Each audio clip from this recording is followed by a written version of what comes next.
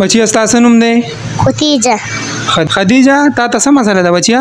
تلسیمیا بیماری مې ده. تلسیمیا بیماری ده. تاسو د کوم ځای یې؟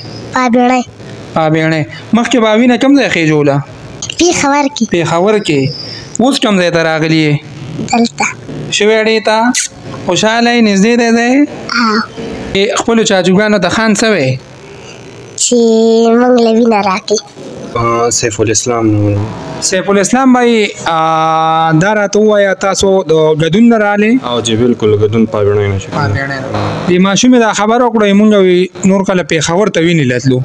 او جی دا تقریبا چې د شپږو میاشتو دا بیماري موږ ته پته ولګېده نو د هغه وخت نه 9 سالو شو چې موږ به تلو راتلو ډېر زیات تکلیف راته مشکل راته کله یو ځای کله بل ځای هو زیات پېښور ته تلو نو اوس ماشاءالله زموږ چې دلته چکر راولګو دا هو ډېر مزیدار سیستم دی ده تخواست چې دې څه کوم تاسو څه امداد وکړي.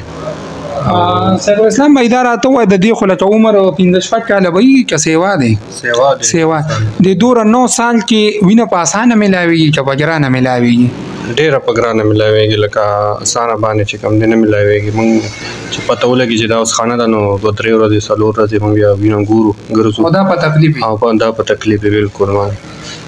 بسم الله الرحمن الرحیم. قدرمندو امتیاز کمر ما شکر الحمدلله دا الله تعالی په فضل او کرم سره په تحصیل رزلټ چرنل شیر کې لیکي د تلسیمیا او د بلډ بینک چې کم کار دی هغه شروع شو.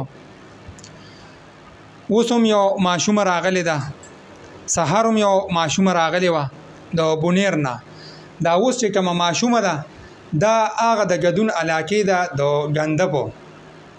نو ډیر مشکلاتو د تلسیمیا د ماشومانو ته در په دکې باندې به وینې پسې ګرځېدل کله پېښور ته کله مردان ته. اوس زما د ثوابې ځوانانو ته یو درخواست دی چې دې ماشومانو دپاره خپله وینه اتیا کوئ. دا ماشومان د بل وینې باندې ژوند تیری او د بل د وینې